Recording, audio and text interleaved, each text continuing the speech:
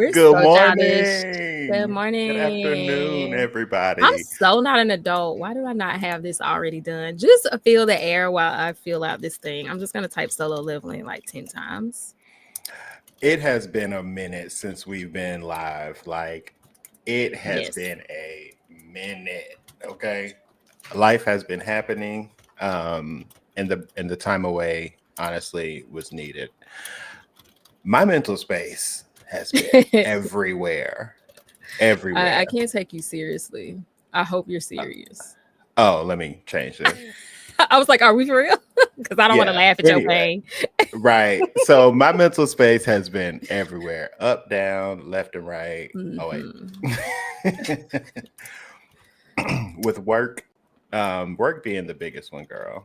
I Yeah, have yeah. just been in a Is it place. like super like busy right now, or is it just like dynamics of workplace Dynamics, stuff? one Okay. almost 100% dynamics. The rest I can deal with.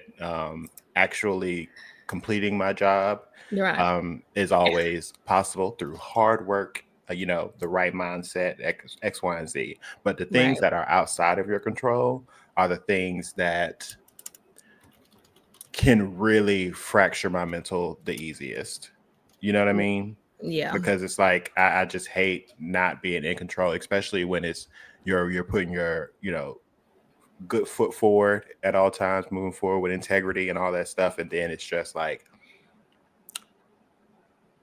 I hate when I have to ask, why am I doing this? Right. But then I hate when I get capitalism there. pops up, and then you Right. have to deal with the BS that comes along with that. You know. Right. I mean, hey, I've been counting my small joys over the last couple days, and one of those being the wonderful Beyonce. Okay. So, Hmm. I'm glad she's a joy for you.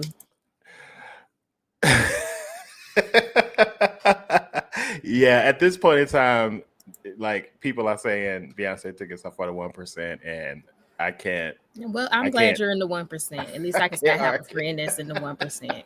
Cause Girl, that is not me. When I get my bonus, I I pretend like I'm in seen the I 1%. seen them tickets and I was like, girl, fuck you.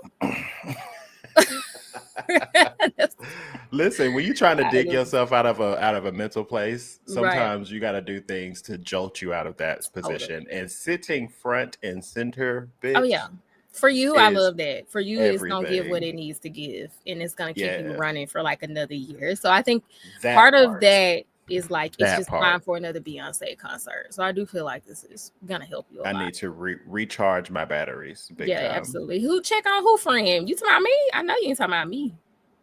Yella, I ain't never tripping, but welcome. Before we Yeah. continue, And let me Yella, I mean, quiet as it's kept. Um, I'm say inclined to just be on Bree's side anyway from that last because we that still last live he I sat in on. because he still be talking about You were Serena. tripping. That's what he be doing. But yes, I totally understand. It has been it's been hard for us to get a show because between people being sick, people not being in the mood, or Losing an family. episode, right, or the episode just being not that girl this week. I mean, between all of those, it's just hard for us to find a day to like pop up on here. So we're here today.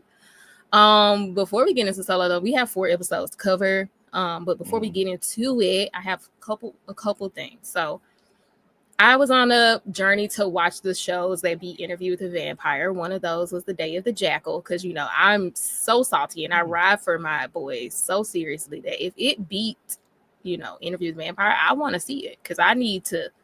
They have to prove to me that it's good. Right. So one of those shows was The Day of the Jackal. 8 down. I enjoyed it. I binged it. I was up to like 4 a.m. yesterday. Listen, it's a really good show. I enjoyed it. So I'm a little less angry after watching it. So a really good show. Check it out. You see But the rationale. I do see it's a good show. Like I've been watching a lot of shows, but hey Megan, that show was really, really, really good. And I binged it all. But there's an anime coming out called Lazarus. Have you seen any of the trailers for it? Oh, I am 1,000,000% watching that. I can't wait. There's no like you put a trailer like that in front of me and I'm going to be on it like I feel like I was waiting for ASAP. this since I was born and I just didn't know it yet. It's gonna be one of those girls. Like, there's little. That girl. I don't want to like overhype it because I almost know nothing I'm about scared. it. But Right. you really gonna have to like Ninja Kamui level drop the ball. You know what I mean? Damn, it's a phenomenon now. I didn't know we were there. What? Ninja Kamui is a It phenomenon now. it It's is like across the board. I feel like it's everybody definitely has a come to the phenomenon. understanding that it started off. It started off as one of those that really could have went down in history. That first episode is It really was exceptional. so good. Exceptional. Even if you just looking at it like because it is kind of a very basic plot from that first episode, but if you just took it from an animation standpoint, So that much fight scene, potential. that's how you deliver in day one. So it's like maybe y'all just really put all y'all eggs into those first 2 episodes and was like, And they was like, we don't actually know what to do. because why would you ever turn this into a mecha? Like, that's the first time I've It seen became so it lowered quality. It lowered the quality drastically. The that's fight been a thing pacing lately. was slower. Because It people say that became less about original. Uzumaki too. And I will say that's one of my issues with Sakamoto Days. Like, I feel like it could be way better than it is. It's just something about it that's not getting me. Like, I started out.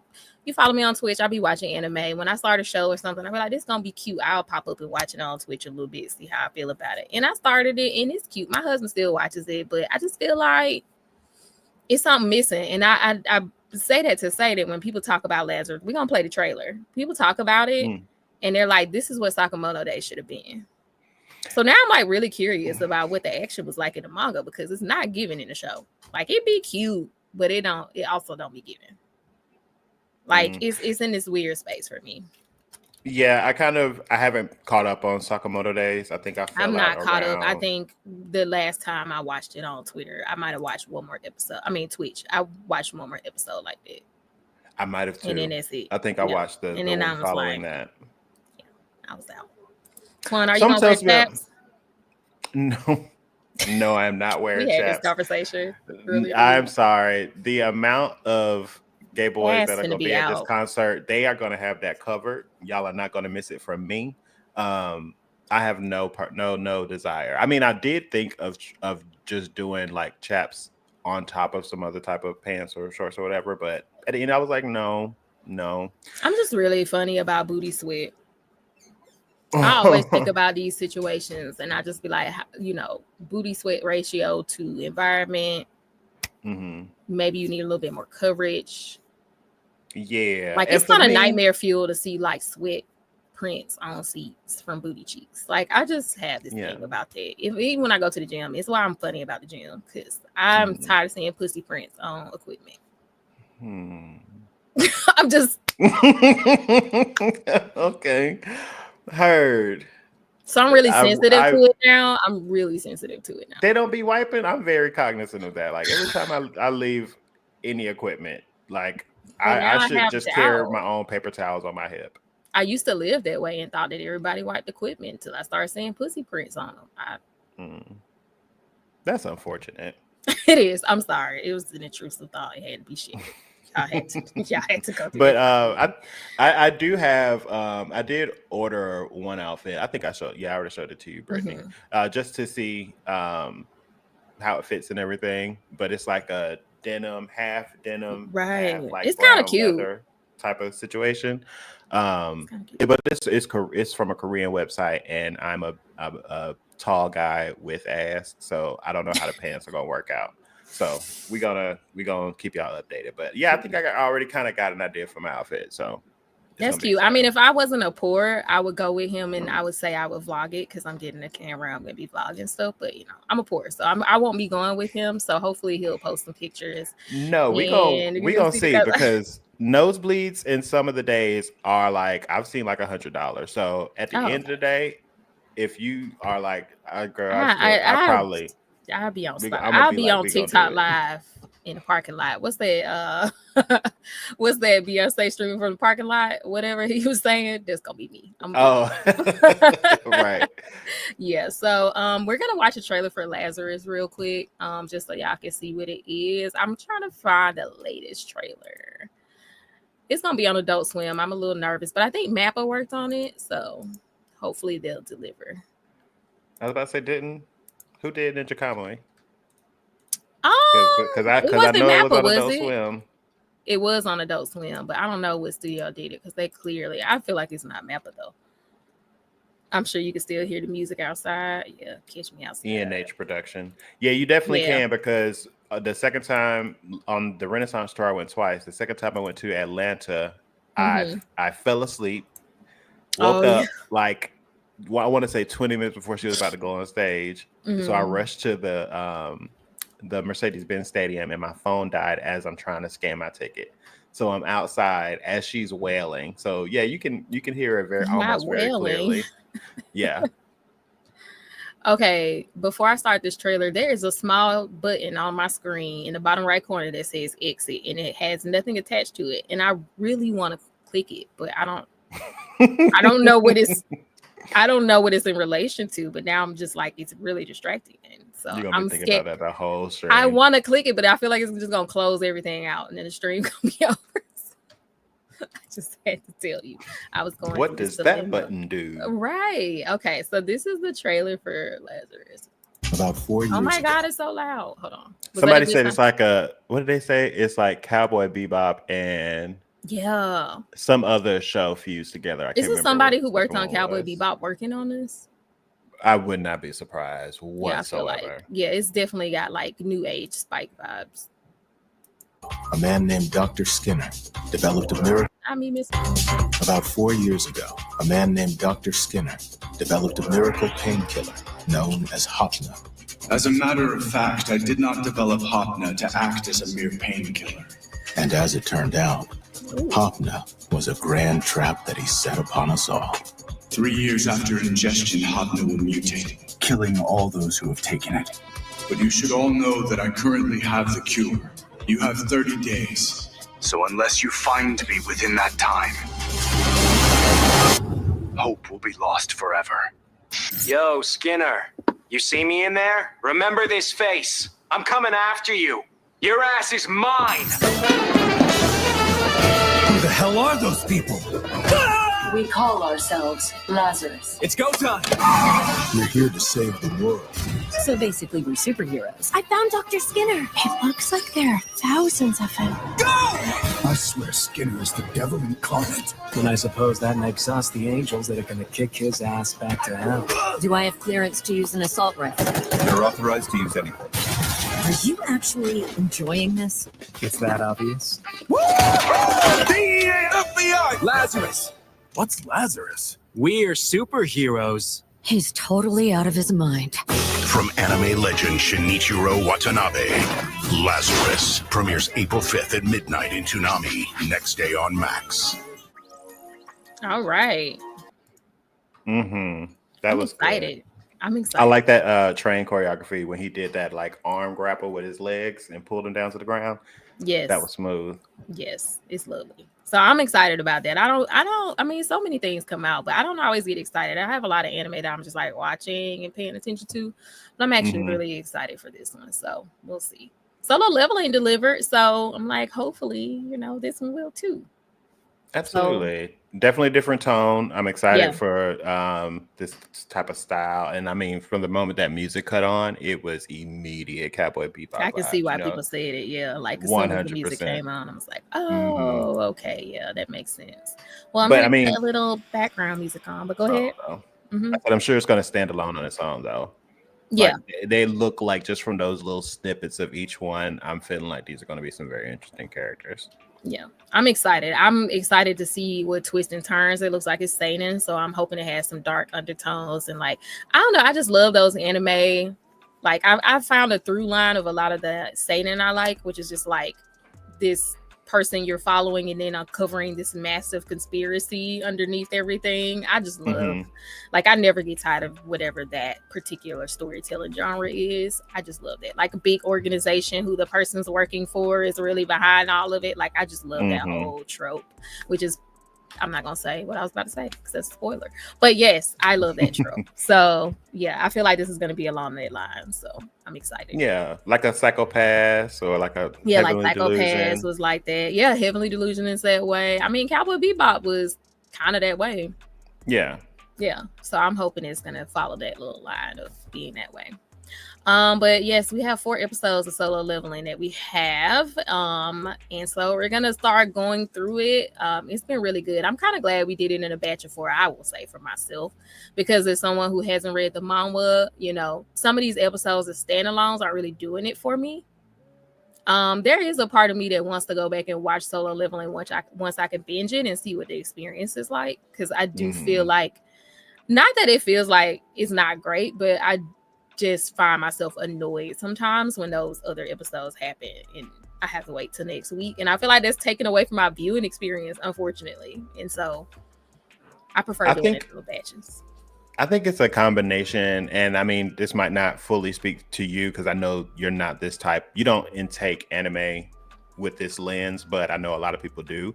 I've noticed, especially watching the ratings get announced after each episode, like a lot of the traction is with the heavy fight choreography episodes, the action pack. Like, I don't really think too much people, because it is such a more simplistic type of narrative. I think it does have some, you know, questions here and there, you know, that you want to figure out along the way. But I think a lot of people are kind of, you know, ready to just goon over the fights. Because it's like a power fantasy, but it's just like, y'all don't have to try to be, I don't think they're trying to be deep, but I don't think so either, because they definitely I think it's just necessary. Yeah, because I mean, it would be one thing if they spent like 2-3 episodes, you know, just back to back exposition. Like, I feel like they do a good job of trying to balance it and still keep, you know, what they know people are here for in the mix. Right. So I think they're doing a good job, but because these episodes are, girl, they feel 13 minutes long sometimes. I'm telling you, 18 minutes. Yeah, you get a little irritated when you don't get to the action that's on the cusp of the next episode, because you're like, girl, if this felt like a regular episode, we would have got to. I mean, yeah, that's what I mean. And I mean, I've been watching anime for a long. I feel deep within my soul that time has changed, or maybe because I'm older, my relation to time is relative. So back when these episodes felt so long, but I was in fact watching Dragon Ball, peeking in on my husband watching Dragon Ball Z, and it felt like he was flying through them episodes. I remember being a kid and feeling like these episodes was like an hour long. So maybe it's just my relationship to time as an adult is just making it feel like that. I think I was on the extreme end of that when I was younger. I used to quantify time in episodes. Like, if my mom was cooking and like she told me it was and it's gonna be an hour, in my mind that's 4 Rugrat episodes. Right. You know what I mean? Exactly. So no, like, I quantify stuff like that for my kids. Like, it's this many episodes of Doc McStuffins, because she has I guess because that it put so much emphasis on it, everything felt much and because I didn't have a lot going on, I was a kid, so it just felt so much longer. But now I'm just like, you working with 8-hour shifts. I mean, and you got these other people that are doing planks, watching this episode, watching these shows, trying to make the time feel longer. Right. That's what I'm saying. Maybe I need to try that. I need to do some planks. Like, maybe I need to do that. Like, these classes, I mean, my Pilates classes are an hour, and these episodes feel like how long we be doing abdomen sequences in the class, and they probably are. So next time, you know what? Next time I'm gonna do the ab flow, and I'm gonna see if it makes the episode feel longer, because planks feel like 30 minutes, and she swears they're only like 30 seconds. So we'll try that. That may make me a little less irritated. But to start with episode 18, I don't even remember where in the plot we were in episode 18. So the Sung Jin-woo took a job being a carrier for the Hunters Guild. They were going into a gate, and as soon as they crossed the threshold and got into it a little bit, they realized that it was being misread, and that they got attacked by a bunch of, like, I want to say A rank level beast. Yeah, they were like orcs, right? Yeah. Okay. One was like equivalent to an A rank hunter, and they only had like 4 of those. That was so crazy. I really enjoyed that episode. So, because the last thing we talked about was the back shot. I feel like the back shot. I said it that way on purpose. But you remember we had that shot of Sung JINWOO back doing the little Oh yes, I think that was the last thing. Yes. The last time we talked about it. So yes, we are at the point where they're confronted with all the orcs or whatever. And that was crazy. They're A+ almost S. Yeah. The orcs. I'm just calling them orcs. I don't know if that's their name. They look like orcs. They are high orcs. Yeah. Okay. So yeah, that was crazy to watch. So this is where he's with the party and they're kind of like in that tunnel, and then they all they fight a few of them, and then a whole slew of them appear. And yes, that was crazy. They said you thought you did something, but you really truly did not. They got cornered, and Carligan, who luckily I can say this now because we're doing this in a batch. Right. Tusk. That's his new name. We just gonna call I appreciate that. That is a storytelling element I appreciate about this show, because like you sent me that TikTok or whatever that said name 3 characters from Solo Leveling or you die. I want first and last name, bitch. Your girl is dead. I don't know nobody name. Apparently Sung JINWOO don't either. So he is definitely coming into this trope of bad names, because this man can't think. It's just he's so over it. He see these names for like 2 seconds because he's so strong. He don't even pay attention to the color no more. He's like, I ain't about to learn your name, bitch. You about to die. You're about to become my new employee. Right. I'm so glad you said that, because I be stressed out about the colors. And about a couple episodes ago, I started so the colors don't mean nothing no more. Like, I'm sitting here trying to remember this color system that he learned in his first dungeon when he was fighting little weak little orcs or whatever, or golems or whatever. And I'm sitting here like, okay, if he see red, it's this. If he see orange, and I'm like, the colors don't matter. Is that we just they don't matter no more, I guess. I mean, they did show up in this last one though. I think Baron's name was in red, and but they don't. It doesn't. High Sales was in orange, so it was like still like pointing out that this person is technically still stronger than him. It just mean they strong. Yeah, it's stronger technically with the red. But the stronger doesn't take into account his whole shadow army, I'm assuming.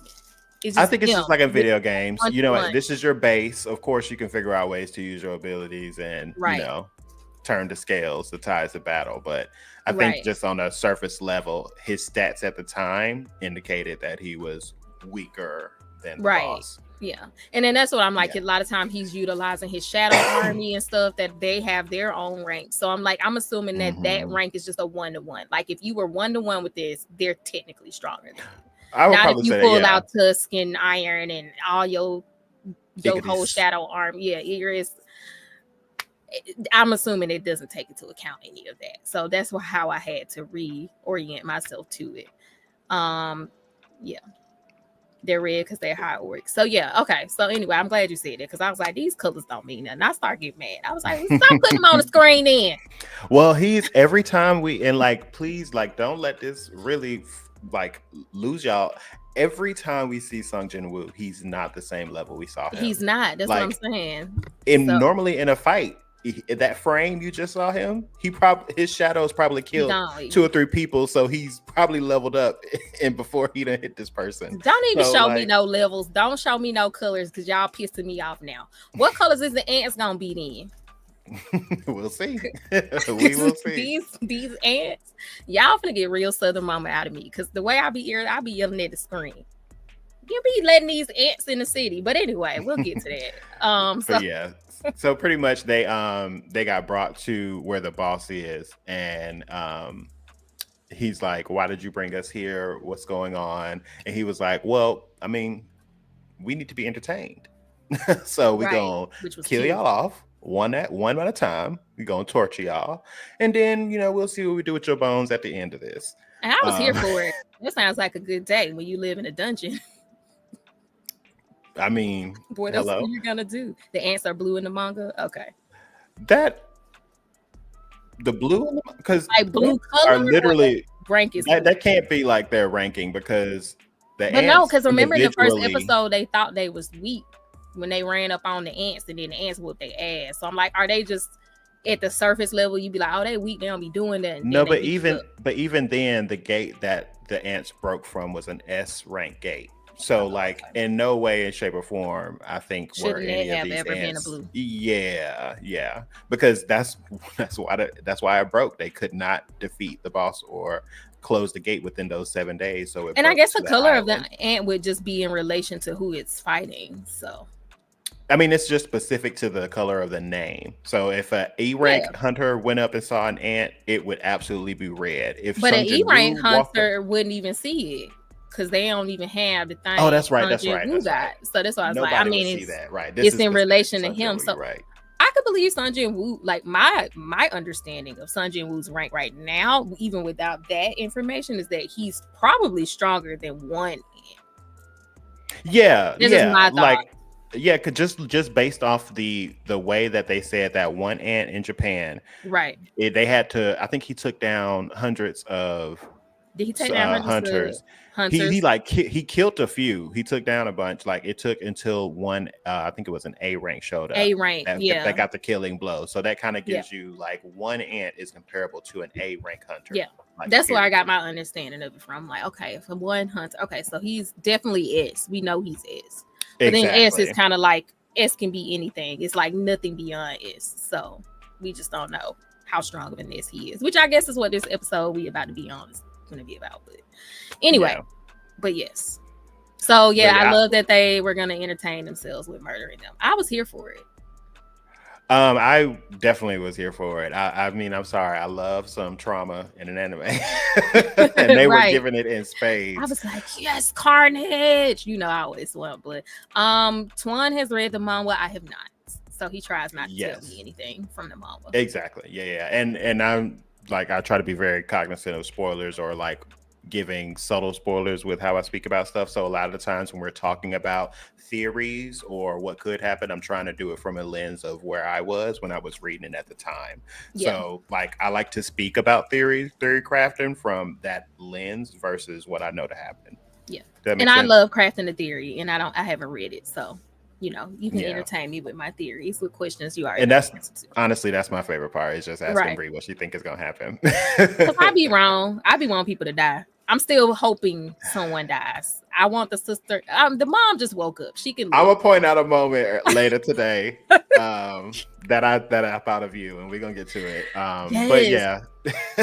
So essentially, once they found out the leader, and I like this leader versus the last leader we got in the Red Gate. He's like, it seems to be very honorable. They would have left the gate had they not got trapped. Like he puts the mission, his teammates ahead of, glory. Yeah, so, I liked him. For some reason, Sung Jin-woo lets him get ping ponged from the ceiling to the roof, ceiling to the floor a few good times before he decided to step in. What you gonna have to talk about that over K barbecue one day. Like I would say that to Sung Jin-woo. So we got to have a conversation because you could have. What was the stepped in as soon as he grabbed me?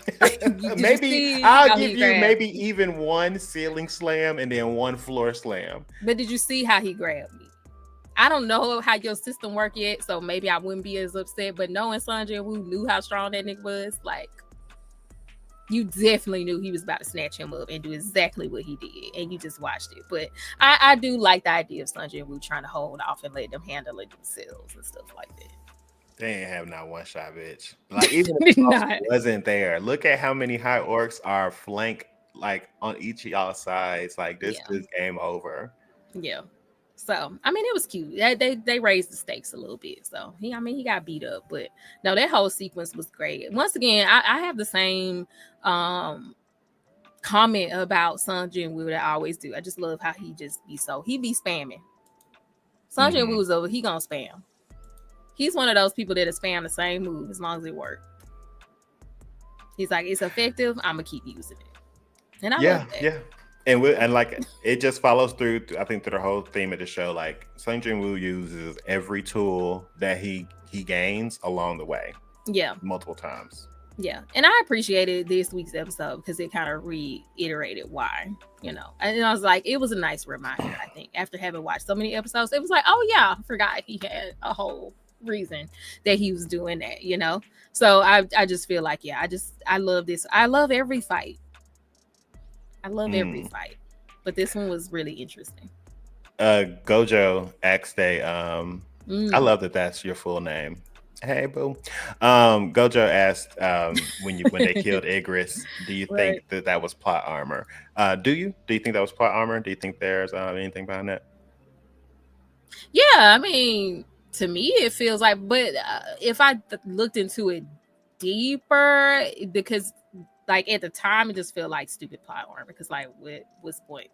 But as we have gone along though, and there is come out that this program tells different people different things and stuff, then I'm like, okay, like apparently there's a voice that talks to everything inside dungeons and wherever he's going.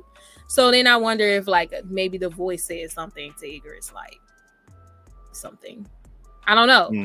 I mean, But it because the doesn't seem system like has it would stepped do in before, Right. like, to make sure he came out of something okay, or you know, Right. So I would hope it would be like that kind of plot armor. It's like plot armor like that's written in plot armor, because the show has given him that. Like the show has literally given him plot armor from the program within the show. So like I still hang on to the fact that it could potentially be like that. And anything that I do feel like is kind of like plot armor, I kind of just at this point write it off to the system, kind of helping him and being on his side. So that I don't really have to think about it too much. Yeah. And I think it helps when you have that built-in omnipresent type of a presence in the show, because you can like default a lot of that to it, you know. Yeah. And then they're saying things like it's not, they don't see him, which I don't know if I'm right, but it felt like, because when he was fighting the elf Barca, whatever his name was, he was saying something like he didn't really see him as a human. So now I'm like, okay, he could be going into these spaces and they're not even seeing him as a threat, which also would be plot armor as to why they're not coming at him like full force sometimes. Yeah, and if you remember, Tusk said something too. He was like, they've snuck something in interesting among the humans. Right. And he was talking about JINWOO. Yeah. So that's what I mean. So there's like legs to that. Yeah, there's enough for me to think if any super strong being isn't like going at him full force, that's why. Because they don't even register him as like the threat. Like the absolute goal, what they have to do. He's just kind of there or in the way. Yeah, he's just there in the way. So that's kind of how I usually look at it. But yeah, so we really get into the nitty gritty. Honestly, I was waiting to see this fight because it was so impactful to me in the manhwa. We see him once again, like you said, using his abilities, the ones that he collected along the way, and the demon castle that we haven't seen yet. What was it? Something.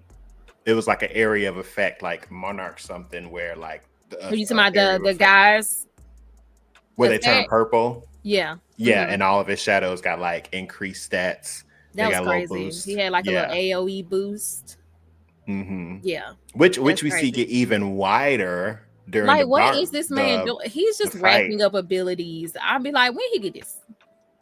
But I love seeing the abilities like actually grow in their effects and their stats like a regular game. Like, I just love those little intricacies. It started from like a 5 meter radius to now he has like 100 meters. It was ginormous in the last fight. Yeah, he became an ant. Yeah, yeah, it's crazy. So yeah, I like that. I like seeing him face different kind of opponents too. Like seeing this opponent who had that ability to open. It wasn't he the one opening all the little doorways? Wait, what now? Oh yeah. Because he we go let's get there when we get into that episode, because there's stuff we can touch on. Oh, that was the next one. Okay. Yeah, that was a little further in the fight. But yeah, so he starts whooping ass. What you think about that? The fight, like the fight choreography was good. I loved the camera work, girl. That whole sequence when Tusk sent out his high generals, there was 4 of them, and then Sung JINWOO beating them up in this one. He sent out Igris, Tank, and Igris, Tank, and what's the other one? You got Tusk, Igris, and did he had another one? Tusk, Igris, and Tank. That's what it was, I think. Okay. You know the 3. Oh, Tusk is. Wait, who is Tusk? Did he have Tusk yet? No, Tusk is Carligan. Tusk is the Who's guy. the other one? I think he just had Egress and Who's the A rank that he turned into? and he like Iron or something. What's his name? Iron. That's what it was. Iron. Yeah, Iron. But that sequence was dope. You had Iron facing off against one of the generals. Then he got his W. Switched the camera over to Tank coming in with that awesome impact animation. Hit him. His head rolls off, and the camera follows the head rolling. Then it cuts to a slow mo of Icarus in a badass position, squaring up against another. Let me dude. go. What's the I was timestamp on that? Hold on. Oh my God, y'all are really setting the bar. The timestamp is. Oh, okay. I see him powering them up. I'm in like 8 minutes. It's around 8 minutes. Yeah. Yeah. Okay. Right there. Yeah. Yeah. But you'll notice it. That was it's cute. a clean set of I remember events. that. I had to see it to remember like the moment. Yeah. They ate. I love like seeing them get their little moments, like, you know, before they get into the real nitty gritty. Like I like when he uses his shadow army and they get their little moments. They're not because they all have different personalities, and I just love to see their little personalities. So yeah, I always enjoy their little, you know, it's almost like the Sailor Scouts. You know, you always had them little, you know, Sailor Mars and Venus them come in do their little thing, but we know Serena gonna come in and clean up. So it's really cute. I always enjoyed it. 100%. I mean, and it's one thing because I feel like it could be easy to get kind of bored of just kind of knowing JINWOO was gonna go in, kick some ass, collect some soldiers, you know, like it could, but for some reason, like it is just so impactful. Like I want to say maybe it's the creativity in the battles itself that's really got you that got me hooked. Because I like seeing how he thinks through the battles too. I think I enjoy that more so than like even the choreography is good too, but I love that you can see Sung Jin-woo like thinking about it as it's going, where he's like trying to get information and stuff, and they don't use as much like literal narration of his thoughts, every single thought, as some shonen do. So it's just enough. Like it's just enough. Right. You get a little bit of it, but I like that a lot of times you just see him thinking. You just know he's thinking, like he's just trying to figure this out while he's doing it. So I just enjoy it for that. It's just enough. They have a really good balance of narration and inner dialogue. It's not like Ichigo having full meltdowns for like 15 minutes with dramatic music. You know, it's just enough. It's just and always just being on the brink of death too. Like Sung Jin-woo has been pushed to the edge a lot, but recently it's more so him not pulling out all of his bags of tricks and just seeing, you know, what it is. What is their ability? He does a good job canvassing the enemy. Yeah, nowadays. He does. Yeah. So yeah, I enjoyed that whole sequence. No, it got crazy though. He was scrubbing the ground, everybody. But honestly, like, go ahead and just give Icarus. And I'm glad. I think I saw a confirmation of that. I'm like, go ahead and just give Icarus and some of these other shadows their own little plot, little side story. I saw some fan art of him. I think it was fan art, right? With the white hair? With the white hair? I was like, yes, that is making its rounds right now. So we doing that? We moving forward with that? Because we need to. Please. Honestly, I'm never gonna be tired of a white hair character. And somebody was like, honestly, if they made this canon, Icarus probably got one of the cleanest face cards out of all the white hair protagonists. That's what I'm saying. It was so like, clean. I was like, we need this to happen. But yes, like I do. I mean, I am curious about him. I mean, I don't know if we ever get any information about him, but just seeing his personality and how strong he is, and like I'm still like, why was he there? Why was he in that little room doing nothing? I still want to know. I haven't let that go. So yeah, I am curious, still curious about that. And every time I see him fight, I'm even more curious. Like, why didn't he use his weapon? That's one thing I do like about that, and I feel like that's not really like you will get answers. Yeah. Because I feel like it's related to the system. Like I do feel like ultimately the answer will come. I just don't know when it'll come, but it feels obviously related to the system in some way. So I think we'll get the payoff later. Right. But what's funny about this fight is that Sung Jin-woo is just in his element. He is lost in the thrill. He's in his true Goku era. And he is not realizing that multiple parties are just joining the background as he is whooping ass, single-handedly pulling giants down to the ground with chains. He really got into it. That's why I really love that he just got so lost in the fight that he just forgot that all those people was just standing there looking. because it's like Cha joined. She's over here talking to them. The Hunter Association joins in. JINWOO. And yeah, he's just doing his damn thing. But it's so gamer coded though, for real, because that's how it be. Like when you get that loot at the end, or if you gotta like summon all the things within a certain amount of time, he's probably like, oh yeah, let me see what I got. And like I just love that he got so lost in his loot. And he's like, yeah. I would be too. Souls. That'd be my favorite thing about it. Like he's concerned about getting stronger. I'm more intrigued about the items of this world, and like, you know, I mean, I would obviously be focused on my growth and everything, but like that's besides getting my mama that potion, like this would be the like. And you know he automatically testing everybody to see if he can add them to the Shadow Army. So it's like you already know he finna sit there and be like, "Can I summon him?" It's just like everything that dies. Sun Jin-woo's like, you know what? I'll take that. Me too, girl. That's what I'm saying. It's the cat that died. You know what? Let me give me a little. I literally just thought of that in my head. I literally just thought of a cat like dying. Be like, I'm gonna get this shadow cat. I'm sure it'll come in handy. You know, like I just love that about him. But I'll be doing the same thing because that's OP. That's such an OP move. It truly is. Especially you get lucky with that one. You know that one boss that maybe is over leveled. So you find some little cheese way. I'm gonna hide in the corner, shoot, hide in the corner, shoot, hide in the corner, shoot until you like pinch him down to the very end. Boom. Now I get to coast through the rest of the game, bitch. I got me a boss level shadow behind me. That's what I'm it's dope. saying. It's a real awesome mechanic of the show. Yeah. I mean, and it's super OP, but I love it. So yeah, I love that he was just so worried about that he forgot them people was there. And they just see him standing there. They don't see the screen. That still blows me every time. I'm like, they don't see the screen. Like his little interface that he has. They don't see that. Yeah, they can't see none of that, which is another hilarious bit that I'm gonna get into in a later episode. But just in case you didn't fully see it, because I forgot they split the fight up. That sequence starts at around 12:48 is when that sequence starts. Oh, the next one, the one you were talking about. Okay. Yeah, where it starts with Iron, and I love him smiling during the fight, getting his little smirk. He's so cheeky. He has his little his super arrogant smirk that he has. Yeah, I love this whole sequence. Once again, I always love the fight sequence. They feel so fast. I just like some fights you don't feel the pacing of it well. You know, like how fast they're fighting, how fast they're moving and stuff like that. I feel like they do a good job with their fights feel fast, and like the movement feels like you really have to be quick on your toes. Yeah, I want to say this is like the second fight where I've watched the fight frame by frame. This is because we used to do that where you could just like pause it, and it's always definitely when Sun Jin-woo start fighting. Just do yourself a favor and just keep pausing, and he's always gonna look great in every frame. He's always doing some kind of saucy ass movement. It's saucy, yes, like every frame.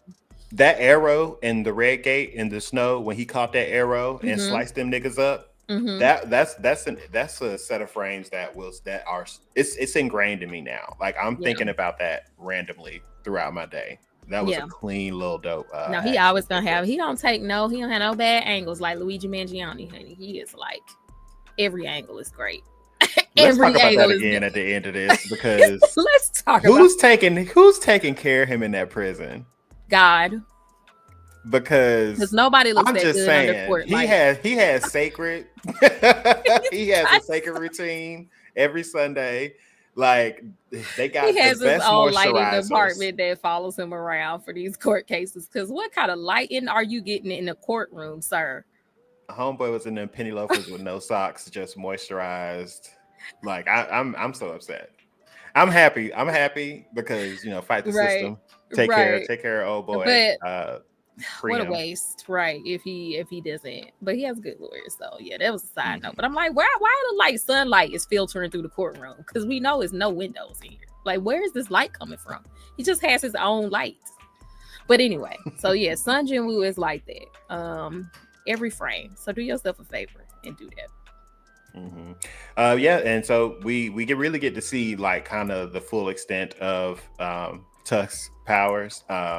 He is a true asset to the Shadow Army because he has status effects, he has area of effects, he has protection, he has he can control gravity. Like this man is a beast. And for at the end of the day, for them to see, that's kind of the biggest part for me. It's not him just being exposed as being like a true S rank hunter, but this man, as far as y'all know right now, has control over any of these magic beasts he kills in any gate he walks into. Like, that is very intimidating and very scary. Like, the implications of that, like, y'all already have a hard time keeping S rank hunters under lock and key. Now, what are y'all gonna do with Sung JINWOO? And then he can absorb the humans too. Right, but nobody knows about that part yet. I be thinking about that. I was like, what'll stop me from just killing everybody? Matter of fact, every make the last whole nigga world in a this shadow. room. Let's just make the whole Earth a shadow. Honestly, it's probably why the Hunters Association, like, after everything was said and done, he decided to be a gentleman and didn't take the rest of the loot. He just took the shadow. He left the loot alone. But they was like, "What's going on, nigga? You talking about just a bag carrier? Who are you?" And then the Hunters Association people stepped in the middle and was like, "His information is classified. Let us escort you out." Keep that. A part of me said that they had to do that. Like, we on your side. We got your back. Do not kill us to keep your Sung secret. JINWOO will be like, you know what I got to do now? I got to take everybody out. You know my secret in this dungeon, right? Yeah. So no, I didn't think about it. That may be why they did it. Yeah. But okay. I mean, that's not like I honestly, like, from the end of the manga, like, that's kind of never. I think their intentions are different. That's just something I'm extrapolating from this moment that I really honestly never thought of myself, because I'm like, bitch, that was a feat y'all just saw. Like, this goes far and above anything that y'all have witnessed from hunters as of right now. But then it would on your P's and Q's. Yeah, but then it also wouldn't have made sense for him to kill the people he just exposed himself to save. So I guess they was ultimately safe. I mean, like, okay, you can say that. But then he also could have did it to save himself, because he can't get out of the dungeon. If I was there, if I was like that magician girl, she was the one that was peeping game from the beginning. The one that noticed he was using stealth. And she was like, I'll keep it secret for now. Right. Like, do you think we stupid? But if I was her, since she was the most critical, I would have been like, okay, but why did you let Ki-hoon get that fucked up? Like, there's something sadistic about you in some level, regardless if you saved me. I'm not gonna ask it out loud because I'm not stupid, but that would be in what's in my head while the fight's over. So I don't know what he's gonna do. I was gonna be like, you gonna be dead asking all them questions. But anyway, let's oh yeah, he finished the fight. Yeah, so we pretty much him out. Yeah, that's pretty much. And then they had some exposition I don't never listen to it in. It was just pretty much the him saying Fire Eisen. Oh yeah, because he had a moment when he realized how strong Sung JINWOO when he ran up on him at the place. So he was questioning his life at the time. Like, you think I'm pretty? You think I'm still cute? Like, am I still that girl? Like, can you clear an A-rank dungeon by yourself? Right. Maybe not. All right then. Right. I think you got your answer. I was laughing at that because he was really sitting there like questioning. So like, am I still cute? That girl? Right. Am I still that girl? No, you're not. But anyway, yeah. So that was cute. So then we go to the next episode. And it's pretty much his official, because at this point in time, like, the cat's out the bag. He can no longer truly like hide his ability. You know, like, so he goes to officially get reassessed, because in this way he'll stop having to take these chicken shit jobs in the words of Cher. Oh, was this the reassessment episode? I thought that had happened. This is the reassessment. Yeah, because he had got that job to be able to get into the dungeon. He was like, girl, this is not it. Like, he had an initial reassessment, but because he was his power level was off the charts, they have a system where they make you come back, and it's really kind of just a guise. They tell you it so they can officially give you your assessment, but it's really to give Chairman Go time to meet them in person, you know, to kind of assess him, and in Sung JINWOO's case, you know, maybe present an offer of sorts, give him first dibs on him. Exactly. Right. Yeah, pretty much before the guilds get to him. This is the episode I kind of glazed over. Right. this episode, I remember this was the episode that I was like, I'm gonna need y'all to go ahead and release 2 on these weeks. But yeah, yes. For me, it's just like it's the fan service of seeing these characters experience Sung Jin-woo. Yeah, like I loved him having to expose his abilities to the chairman. He brought up 2 little shadows, and chairman was like, "Now you know I done got a report on you. Right? You really gonna hold out on me?" And when he let them motherfuckers out, and the 2 S ranks was outside the door, I like all I love the it. constant sweat in this episode. Like if you just look at the different ones, it was just like it's constantly like when you just go through, you're like they're constantly just sweating. Everybody's like on edge the whole episode, but trying to like play it cool, you know? It's like imagine if you were, I don't know. Imagine if you were somewhere and God showed up, like undeniable God. Not God. You know, like floating down from the clouds, light shining. You just hear cherubs singing from random places. Yeah, because you would be kind of sweating too. Yeah, and he's like unheard of because everybody know he was the weakest hunter. Like he was known as the weakest hunter, right? I think like when he was E rank. So yeah, the like literal like people would call in with complaints because he was on their team. Like we're trying to get through this with the least type of but some people saw him as a good, but some people saw him as a good old man because they're like, oh, if he's here, it's nothing. Remember they were saying some people didn't see him as a the ones that look at life with the cup half full. Right. That's how they looked at it. Yeah. Because me, I'm like, that's one person that like that's one less person that can have my back if something go down. That's how I'm looking at it. Sorry, Sung Jin-woo. You would not have great memories of me. I would always have been nice. I would have ate lunch with you, but I ain't gonna lie. Like, all you could do is just be a decoy while we run. Yeah. Oh, I forgot to get my cup of coffee, and I'm feeling it's 6:30. Sorry if I start yawning. It's just because I usually have coffee at like 5 o'clock, and I did not. And I'm just like, why do I feel this way? But yes, so we're in the episode. Yeah, it was just a lot of filler. Yeah, he gets announced. Everybody now knows. I liked seeing the flashbacks of people that he met along the way finding out. That was cute. He goes to get equipment to go back to the dungeon. This is something that's interesting. We found out that JINWOO is effectively the richest person in the world now because sorry, I got a tear ran in my leg. He literally all of his weapons are in the real world well and above anything that they have on hand. Like a lot of the stuff that he is thinking is just simple pickups are like $20 million compared he didn't stop counting. He don't even care no more. So like technically with all the money he has from just the dungeon loot, he can just go into his store, buy a couple items, trade them out for millions in the real world and just keep that rolling. Like not only is he the most powerful, he is now effectively probably like the richest person in the world.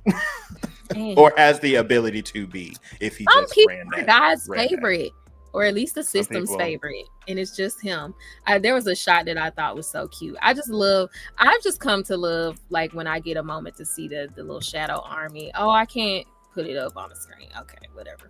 But it's just really cute. He had a moment with all the little orcs or whatever that he captured, and they're in their shadow form and they're all red and stuff, and it was really cute.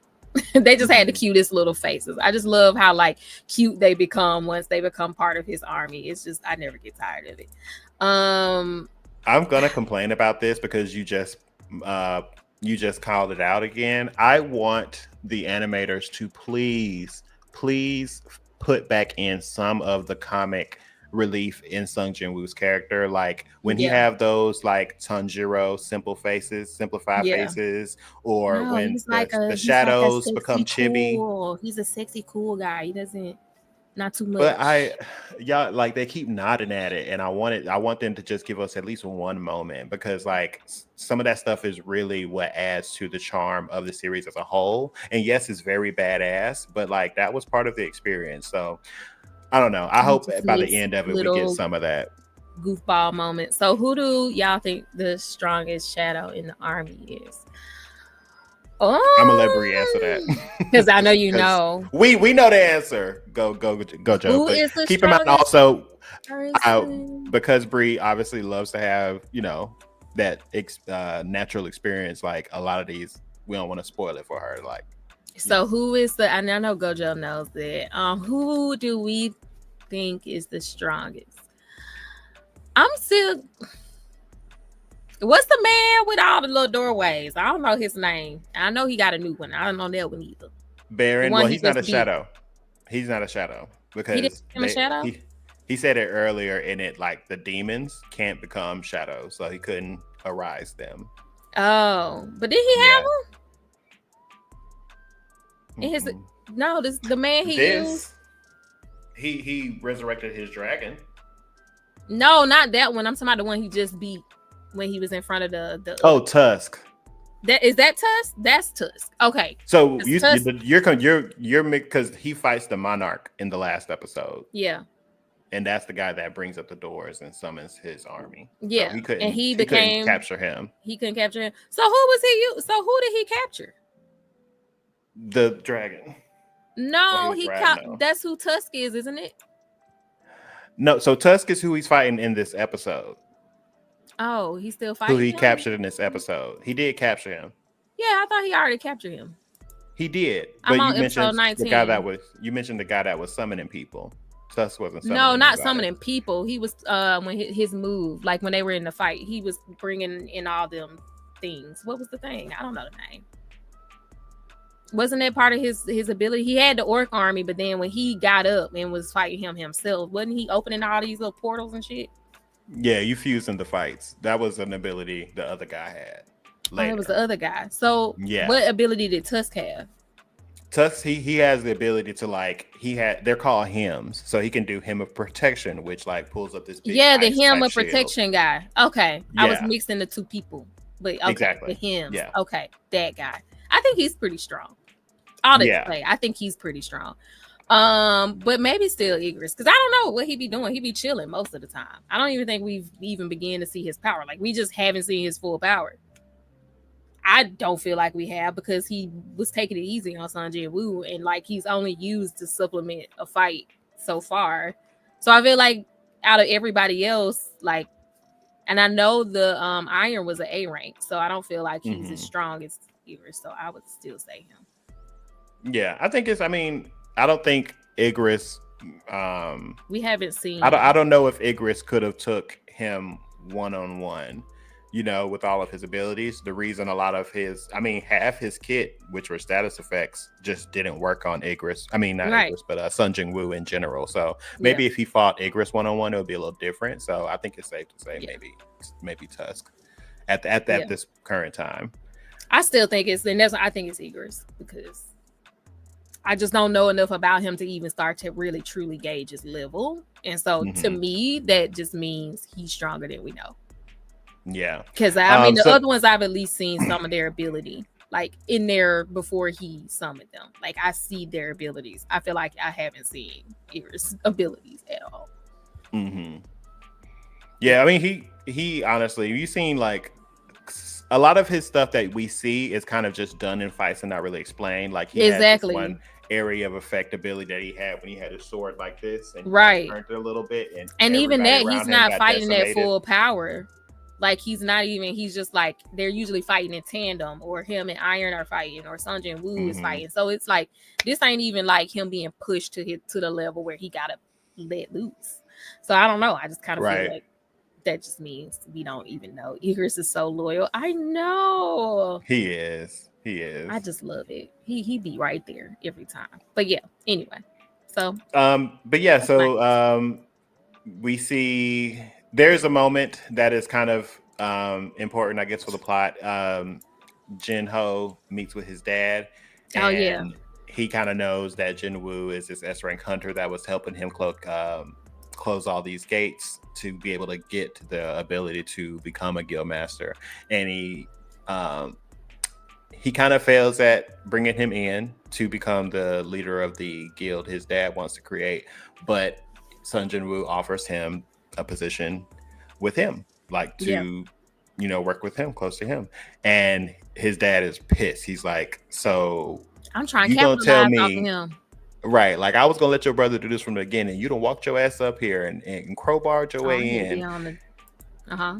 And now that you done failed, you want to cut ship and join him?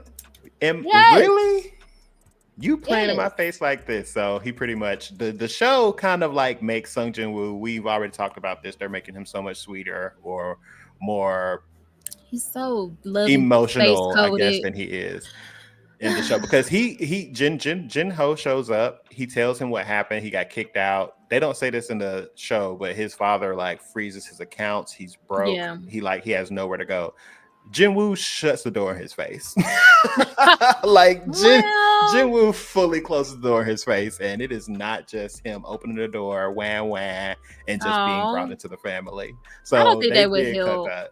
I do. I'm kind of okay with it. I think they want us to like cheer for him wholeheartedly and not have any second guesses. So I can see why they're making some of the decisions they make. I mean, I still find him charming and funny, and I haven't read the manga, so it's kind of one of those things where I don't have that to taint my view of it, and so I still find him funny and charming, but just in that like black cat energy kind of way. And I've already watched episode 20 and 21. So usually when I watch the episodes, it's on Twitch. So if you follow me, Kawaii Bree, on Twitch, I watch some of the episodes on Twitch. I haven't watched the last couple ones just because I was irritated because they weren't doing nothing. But yeah, usually I will watch some anime on there if I'm like really into it. So yeah, you can follow me over there if you want to watch the episodes. Yeah. So anything else in this episode? Let me see. So he pretty much does what you mentioned. He puts a shadow on his sister, Jin-ah, just to be to have some protection while he's gone, which is very smart. And he also kind of becomes Batman a little bit. He sends out his other shadows to just run patrols on the city. Yeah, I was like, that's so random. It's so random, but it's dope. It's pretty dope. Like, dope. I was not expecting. I was like, okay. Yeah, y'all need something to do. Go ahead.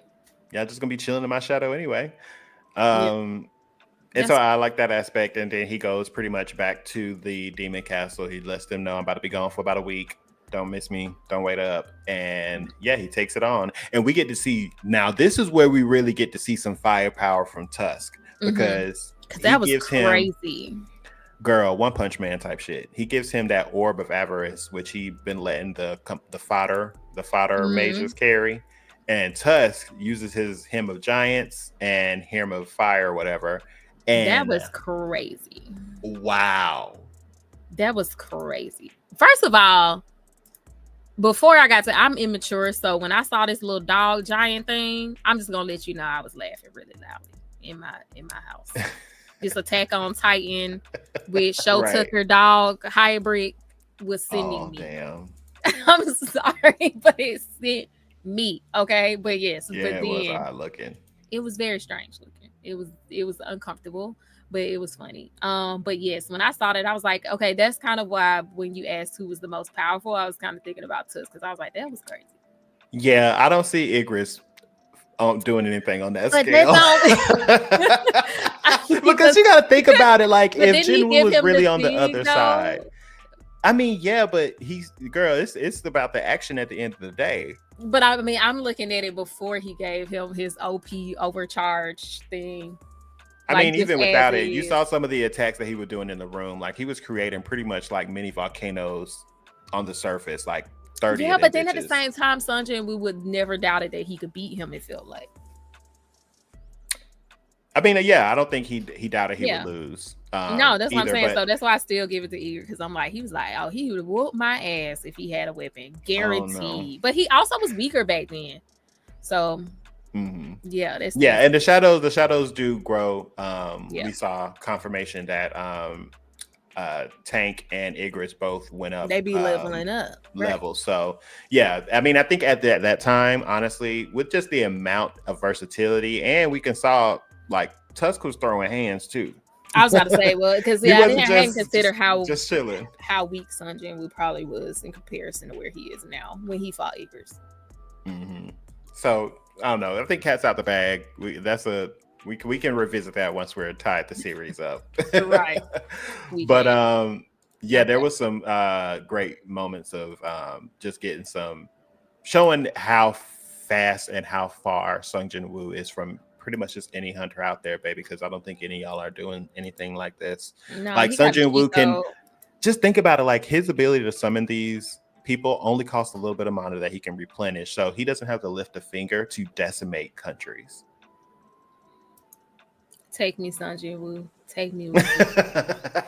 I can't wait till they animate Jeju Island. Yes, he's over. I mean, I love it. I love the power. Cannot wait. The fan service is unmatched. It's gonna be so good. Let me see. Where are we? We're at an hour. Oh, we get Eternals. We get Eternal Sleep too. Jinho's dad is coming down with the same. Oh yeah, yeah, towards the end. But I mean, he has the same disease his mom has. Oh, okay. He needed. I thought Jinho was a little Pookie Bear. But just his daddy, right? Yeah, but that's still his dad. His daddy ain't shit though. Yeah, I guess. Oh, sorry. You know me. I mean, we'll let a couple more episodes come by and we're gonna revisit. I mean, I'm sure it's gonna hurt my Pookie Bear, but he got Sun Jin-woo. And Sun Jin-woo got the cure because I feel like he got 6 of them. Well, I just probably misread it. I be scrolling on TikTok sometimes and I be watching shows. I be like, did that happen?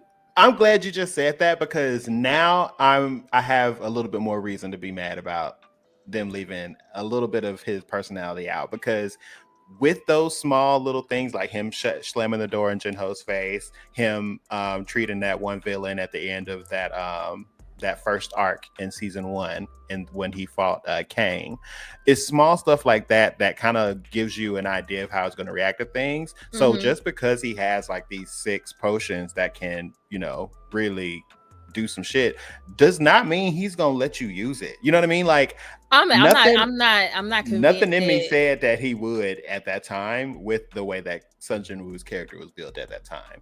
Like I thought about it, but I didn't think it was gonna happen. Mom up and he had no other use for it and he's already super rich, then I could see him possibly doing it. That's not to say he would. I mean, it could go either way. But that's why I kind of was like, well, he could. Because, I mean, his mom's whack. He's already super rich. Like, we say his mom's whack? No, she's awake. She's awake. Like saying his mom's whack. I'm like, damn, bitch, she just woke up. She's awake. He has no reason to, like, hoard them, even though he might for a rainy day. But he has more than enough. So I don't know. What did Jinho do to become your Pookie Bear? He's got golden retriever energy. He truly does. Like at this point in time, I ain't gonna lie to you, Jinho was kind of my Pookie Bear too. He became Pookie Bear when he was at the Korean barbecue. Crying over not having a brother, not feeling like he has a brother, and then he'll be like, "I'll be your brother." I'm like, oh. He was always so sweet, though. Even in the beginning, when he was so willing to defend Sun Jin, when he didn't know he was like strong and stuff, I just thought he came in like a little golden retriever energy. So I just love him. He's too pure for this world. I just love him. That's a moment in time, ain't it? The moment Jinho thought he was a higher rank than it's like so behind us now. But I do remember that moment, and I thought it was cute. So we're gonna go ahead and roll into episode 20 just to keep with time, which was cute. Oh yeah, 20. It was just rolling in. He realized that a couple of his shadows were being killed off, but they were doing so in a strategic way. So he was like, "There's some people out here with intelligence." Turns out it was his introduction to Essel. A new female character, a new female demon character, and they were going around systematically breaking his army apart to protect their current land. How did you like that little section of? I am gonna try not to go on a feminist rant. Okay, but I'm here for it. I don't know. It just bubbled up from like in my early 20s just now. It just started to bubble up and I was like, oh, is this a little feminist rant? I feel like it's coming up like vomit, like when you gotta like, oh, I had too much tomato sauce. Like that's how it came up. But it's like you hear that and I'm like, I ain't getting none of that from her. And that just irritates me. I'm just gonna put it there. Because it's just like that was kind of just through exposition between the 2 episodes. I don't think there's anything in her character that spoke that, That's what I'm saying. It just felt more like a prompt when you like role playing. You're just like, yeah. Let's get to the setup to like these 2 interacting where she is just useless and fawning over him. Which, girl, I don't blame you. I'm not gonna hold you. I'm not gonna blame you because I'd probably be the same way too. But I was like a little bit like, because me half paying attention a little bit and I'd be glazing over a little bit with exposition. I ain't getting none of that. Like whatever you just said, oh, that's who she was, because I wasn't getting none of that. So it's just annoying. Like if you want her to just be here to be cute, little sexy, little fan service, little drooling over Sun JINWOO, cool, but you're not gonna convince me them two the same people. Leave me alone. I mean, she does seem like able to converse, like, cause like she's able to do that, but it's like, okay. So I definitely don't think this was meant to be any more than what it was on screen. Yeah, exactly. So y'all, this isn't like a character that we're gonna see show up in a season's time, and you know what I mean. Like it's just thank God that was explained, but just through the series of events, like he finds her, she kind of tries to attack him twice, just because it's like you're a stranger invading this land. And I know he's so strong house, that even if she is strong, it's like I can understand that. Like the power scaling. Like I can understand that even if she was strong and effective, next to him, she's nothing. But it was like I was a little annoyed. She's just a plot device to find these what they call them, these permits that lets him move through the thing. I thought it was cute just because it added more comedy to it, Yeah. It was nice to see like someone within these places that had a family and intelligence and stuff like that. Like you said, it's a person with intelligence. That was nice to see, and that kind of like gave me another layer of like, oh, okay, they got stuff going on over here. Like they're not just dormant, chilling, waiting on some humans to pull up to rock their shit. Like they got a whole thing going on. Like that was cute. Like I appreciated that. It definitely opened up the door to realize that they had lives outside of this. Like, because she was the first one to actually like kind of break the system a little bit and fight through those kind of like malfunction, those shutdowns. Right. Like she actually gave him more information about it than he got from anybody else. So I did appreciate that when Sun JINWOO left her at the end. It was kind of crazy. Nobody, girl, cause bye, girl. That was wild. And she was thirsting heavy too. She was like, "You can come back. We're gonna throw a party, blah blah." And what's crazy, and that's the house. She was trying to get him to the house. That's what I was gonna bring up earlier. I was like, the fact that nobody else can see the system. She's like talking to him, and she's like, "Hello, hello," and he's just scrolling through the menu. Like in her eyes, he's just looking off to the side, like completely ignoring her. And then there's another shot when she's like, he still didn't address her, and she kind of just walks off the side of the screen and starts digging in her bag. I thought it was funny. Weird. Yeah, that's got to be extra weird. The voice in the demon's head is different. Yeah. So yeah, that was my main complaint about it, but it was cute. It was cute. I like when she took him to the castle to Timu Dracula. That was cute. Timu Dracula. That was cute. So yeah, I didn't mind it, but I just was like, don't try to convince me she's all this stuff. She's plot device, and that's cute. So I mean, and if Nosferatu looked like that, we would have got a deal a lot earlier. We would have got a deal earlier. We would have got a deal a lot earlier. He wasn't bad. He wasn't bad looking. That's the thing. Nosferatu on the other hand. Orlok, yeah. Timu Dracula, the radish.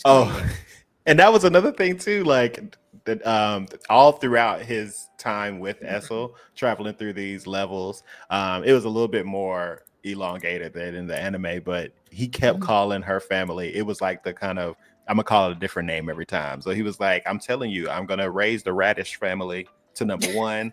I'm gonna take the Ridicule clan to number one. That man ain't gonna remember nobody's name. And I'm the same way. I be telling people now, I meet people, I'm too old now. I be telling people, I'm not gonna remember your name, but I will remember your face. And I might have a whole conversation with you and not even know your name. So just know in the future, I'm not gonna know your name. So yeah, in this world, I'm gonna remember your armor and your abilities before I remember anything. Because what's her name? Essel? How you say her name? Essel. Yeah. Essel. Okay. Yeah.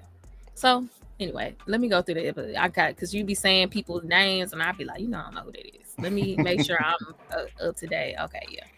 Oh yeah, and they had that little whole thing. Now the one exposition I did pay attention to, I was really proud of myself because I'd be glazing over. Okay, I'm when listening. they was talking about the ants this time, and they was in Tokyo or in Japan, I was locked in. I say, look at me paying attention when these people talking, because I be glazing over. I be trying so hard not to, but yeah. So I did pay attention that time. Okay. Well, would you like to share with the class? What did you? I didn't put this together. She's like, but I heard the words. I heard that the ant tag came in Japan and they was messing everything up. No, because that was actually crazy. That one ant killed. When he said the number of people they killed, didn't it kill like what? How many people was it? Like, I'm actually trying to go back. I wonder. It was like 200 too. Why should it be like 2,000? I thought I heard 200. No, it probably was in the hundreds. 200 feels a lot more agreeable with what I feel like it was like 200, and I was like, it was a bunch of casualties. One ant. But I think the biggest thing was just, I mean, the devastation, because humans are just squishy blood bags to them. But like, as far as the amount of hunters that was taken out, though, that's what I'm saying. Like, it would kill that many people before it was like stopped too. Because like when I first heard about the attack, which is why I think I was paying attention, I was like, oh my god, like how? Like I'm thinking ants came in, multiple, plural, and did it. And then he was like, oh, it's just one. And I was like, what? We're cooked. Humanity is cooked. Then I was like, oh, that's why this is important. Got it. Then I the scale needs to be felt. I wish they would have did that earlier, because I was like, girl, y'all talking about these ants in the water. Like, I don't know. I wasn't getting it, but I feel like in this moment I finally got it. Like, okay, this is important. So here's the numbers. 294 civilian casualties. Yeah, that's crazy. So that's just the humans that were not destroyed, but hurt. Yeah. And then it was 108 hunters were deployed. That's dead. Right. Yeah. Casualties. 108 hunters deployed to contain the threat. And then he said, what was the breakdown? That's crazy. And A rank hunter was because they had no A rank hunters in the mix. I guess they didn't say it in that scene, but that is absolutely bananas. Yeah, that's the reason why it's a big deal, right? Because they were contained in the island because they couldn't fly. Now that they're able to fly and it can make it to the mainland, this is no longer contained to just Jeju Island. So now they really have to do something to nip this in the bud before they all get the ability to cross over. Because if they start branching out in each direction, it's kind of over. Bootleg Chimera and arc, except it has a bit of pacing. That part, the pacing, because if I have one argument about Hunter x Hunter and the Chimera arc, it might be the pacing. Yeah. So so I did pay attention to that, and I was like, oh, okay. But I'm glad we finally got there. But like I think you had said this to me, but I'm not, obviously I don't know which parts are this and not, but how they kind of change when you meet characters and they introduce stuff in the anime versus the manhwa. So I feel like what's happening is just like the parts that are natural to how it actually unfolded in a manhwa feel more engaging for me. Like that's kind of what it feels like. I'm not sure if that's what's happening, but when stuff comes up that in a way that feels natural to the story, it's not as like, why are we here right now? Like it's not as it's not giving me that feeling. So I pay attention to it a little bit better. Yeah. And honestly, it was nice seeing a little bit of the Jeju arc early, but y'all could have just kept it the same way. Yeah, because I glazed over.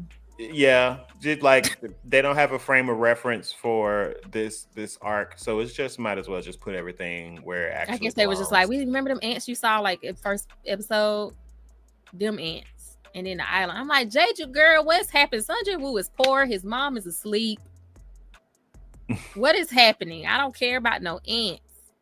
Right. That's how I was feeling. It's just background noise until really right now when it's really starting to come to head. Yes, and it made more sense now. So that's my critique. They could have just left it to now. So we jumped to the meat and potatoes of this demon castle, and that was him meeting the demon monarch Baron.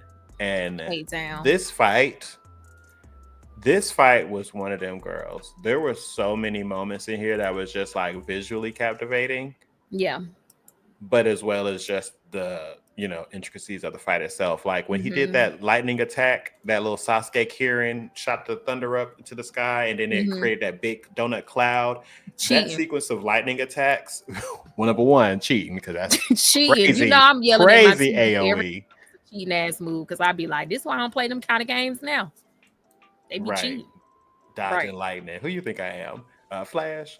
But there was a part where that one beam came down behind Essel, and he blocked it like Batman. I'm telling you, he's on some Batman kick right now. I love it with his cape. The lighting was so good. Wasn't it? It was so good. He looked like he was in an episode of Castlevania for a little minute. Yeah, yeah, for real. But yes, I'm trying to find it. Is this one? I just wanted to see again. This is crazy. It's around. Oh yeah, this is the lightning. Yeah, I'm watching the part with the lightning. I just couldn't believe it. I was like, how? This is so unnecessary. Like this move is crazy. When he took out the whole army, and then he blocked. But I haven't. He didn't take out. I haven't really been seeing a lot of people in like videos of people reacting to it, drawing any connections between the fact that he is the Shadow Monarch and he just fought against the Demon Monarch. So I haven't really been seeing a lot of people drawing any kind of ideas or conclusions from that plot device alone. You know what I mean? Because I think so much, unfortunately, so much of the show, because it's like a power fantasy and people get locked in their parts. And I think so many people just glaze over at some of the stuff. And it gets a little overwhelming. I will say that. Like it's a little overwhelming with all his new titles and his levels and his items. And it's constantly racking them up. And they don't, you lose some of those details. I don't even think people think of him as the Shadow Monarch. That title, we'll see. For me, like, it's kind of just I forgot. Yeah, an arbitrary. Like title. I literally forgot. Yeah, because he's had you see him get the class of blah blah blah. So it just kind of feels like another one of those things. And there's a lot of things that he's had. It come up later. I feel like they do a good job, but it's just like you don't really remember. You're just like, oh, it'll come up later, and so you just like delete it from your mind. Yeah, I think as I was reading this portion, my first go through of the manga, that did stick out to me. I'm like, okay, he's originally given the role Necromancer because he did all of that extra stuff. He got upgraded to the title of Shadow Monarch, and then I don't even think I caught it at first, but then I think it was his nameplate at the end of the match that said you defeated the Demon Monarch. I was like, okay, so he was a Demon Monarch. And I was like, there's something there. There's something there to that. I think the only thought I had about the Shadow Monarch thing was something. I think somebody mentioned it in an episode in passing. I don't know if it's the next episode. I feel like it was mentioned in passing. Like the Shadow Monarch thing and like it's dangerous or it's a threat or something. I don't know. I feel like it was mentioned in passing. But I don't even remember. I think maybe Tusk might have said something in his little glitch moment, possibly. Yeah, I think it was like a glitch moment.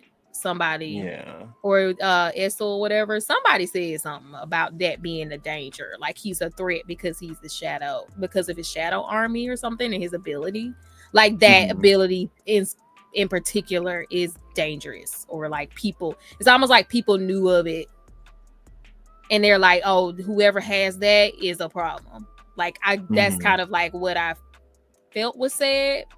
But once again, can't even remember the specific language. But I do feel like I remember that being said in passing.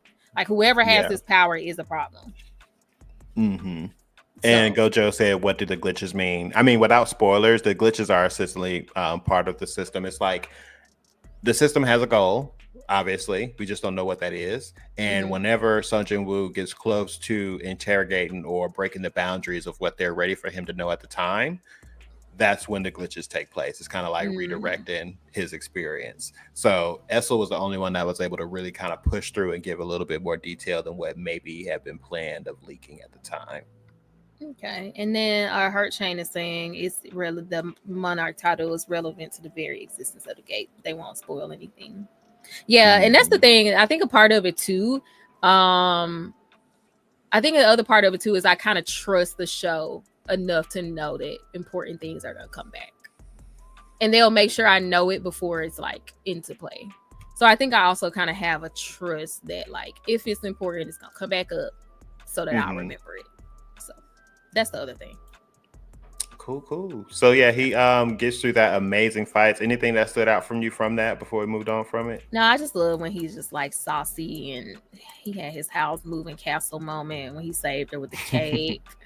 It's just this one shot of him like looking up, and she's like under the cake. I mean, he's just amazing. I love little details like how he uses the army. It's not like he's just bringing them up to fight. Like they truly are fighting together. And I love little small details of like even the moment when Tusk went to attack and I'm looking Igris, at it. It was a small little moment. Igris jumped up to be on his shoulder, like to monitor the battlefield. I love that they have like little, they're like little comrades for real. Like they're not just these like soulless shadows. They just do like whatever. They That's like the part, have they're truly not soulless. Like, it would be one thing if they were just statuesque figures, but no, they're smart. They have battle strategy. Like they be getting irritated with each other. Like it's so cute. Yeah. So no, I love seeing them fight. It's like Pokemon, you know, the shadows. And and Tusk is just all about bringing the spoils of war back to his master. I think he did that. The bears and the red gate. And he brought Cassel the dragon over to him. He knows his love language. I think Sun Jinwoo's a gift. If you had to pick Sun Jinwoo's love languages, it's gift giving. I think he likes a nice gift. I feel like he's definitely a gift person. So he's like, it's like a cat. You know, like cats bring you dead things. That's what it reminded me of. Like when a cat bring you a dead squirrel or something it killed and it just like leaves it for you. Like that's what it reminded me of. I thought it was cute. Right, exactly. Her chain. He said in the comics, the shadows are constantly doing cute stuff. They are, and you kind of see that a little bit in the show. So I hope, even if they don't make them like chibi or, have them doing small stuff in the corner of the frames, like at least they keep the whimsical nature of like Tusk and like some of the other shadows. Yeah, and then so after that fight, he got the dragon, which I once again, he got the ability to be able to switch, or he could switch spots with the shadow. He left ASAP. And this man pulled out a dragon in the regular world. Just, I'm going to pull up the whip. Look at him. And he stood on it too, which was crazy. That was the part that really pulling up to a hunter fight on a dragon, pulling up to a gate. Like, oh yeah, I'm part of the hospital. He took a dragon to the hospital. And mind you, he stood on the dragon. Like a G. He stood on the dragon. He didn't ride, like, I guess he riding it. When he will sit down. No, because straddling a dragon is beneath Sun Jinwoo. He stands. Over 9,000 for farming. It's ridiculous. It's absolutely ridiculous. Yeah. I mean, he also, good call out, Hurt Chain. He also got the rune to unlock a S rank ability, Shadow Exchange. So he can now, anywhere he leaves his shadows, if he leaves a shadow on any person, he can just immediately teleport to that. Like, we are only in season 2. And my shadow would only in season 2 at the job because traffic is trash. Put him on a couple security guards. Right. Just so somebody's gonna be there. Just stay here in the parking lot, Shadow. I cannot. So yes, I love it. But like, Bree, this like he's so powerful. 2, he is already this powerful. But I mean, that just makes me believe that there's a reason for this power, and he needs this power. It's probably these ants. I was talking to one of my coworkers, and after I think it was during this episode when the last episode when he met Essel for the first time, and he was like, I always wanted to know, something didn't bother me, and I always wanted to know if demons can feel fear too. And they was like, so Jinwoo is the villain of the show. He's the Eren of this show. Because there are moments where his ass was like, he did that with Metis, the boss of the 75th floor, when he was standing behind him all silhouetted, and he was like I didn't know death could be scared of death or something like that. Something to that effect. I didn't know see them. I think he just sees them. It's like a compartmentalization when he's in these dungeons or these other spaces. He's like, I'm in this space. It's like a gamification for him. So that's why I think it was interesting for him here. They're like, oh, y'all came from somewhere else. Y'all not just like these monsters that exist in this place. Y'all came from somewhere else too. So I mean, I do think that when he's in that space, it's like a compartmentalization of like, bitch, if I gotta cut through y'all to get to this next level, I do not care. I do not care. You know, I went through I went through a gate, so all bets are off. So I think it's like a compartmentalization. Mm-hmm. Twan, this is for you. Wait. Is Bellion a fragment of the world tree? That's very far off, Gojo. Like, I'm sorry, I don't want to get into too much spoilers because like Bree don't even know who like Bellion is, and I don't know like, who it is. Let's wait till we get there for us to go. You're gonna have to follow Twin on Instagram and ask questions. Yeah, definitely do that. It's so follow me on Instagram, Crew Twan. I'm gonna type it in the chat. Type it for me, Bree. CROUTWAN. Watch me spell it wrong. Yeah, we can talk about some stuff later. Perfect. Yeah. But so they're just continuing. Chairman Go has a meeting, and I love this because I was talking about this earlier. Like, I love the different hunters' designs and abilities and stuff. So we get an introduction to the leader of the largest guild in Japan. This is a scene I text you about when I was watching it. This is when they were having a conversation, and they're like from Japan, but they're like it's in Japanese, even though they're like Korean. And I was like, this is just a mind fuck to watch, right? Because I'm like, they're speaking Japanese, but that's for me. I don't know. It was just like really weird. Everybody in the room speaking Japanese, but really it's like one person speaking Japanese, another person speaking Korean. Right. I think we even get English speaker later. But yeah, it's interesting because when I was watching this, I keep forgetting that the subtitles on Crunchyroll is true to the manhwa, because there was all that talk about the narrative being changed because this is being released from Japan. So essentially, JINWOO and everybody that we know are Korean. Yeah, they're Korean. And the Blu-ray subtitles, JINWOO and everybody are Japanese. So which makes it weird. So when they came, it's very weird. The narrative changes. So these people that we're being introduced to, these people we're being introduced to are Japanese hunters Korean hunters versus Japanese hunters. Oh, they switched it in the thing that made them Korean, and then them. Okay. Yeah, like even the names are different. Like JINWOO's name is something else. Because I think back when we were watching the trailer, we was talking about that because they were like they might change the names to be like Japanese. I'm glad they decided against it because I'm like, no, just keep them Korean. Like we can handle that. Right. El Senor says, why do they like JINWOO so much? I think they overestimate the Monarch of Shadows too much. He could keep. Why do they like JINWOO so much? If that bastard hasn't confronted this, okay, like we all getting like real ahead.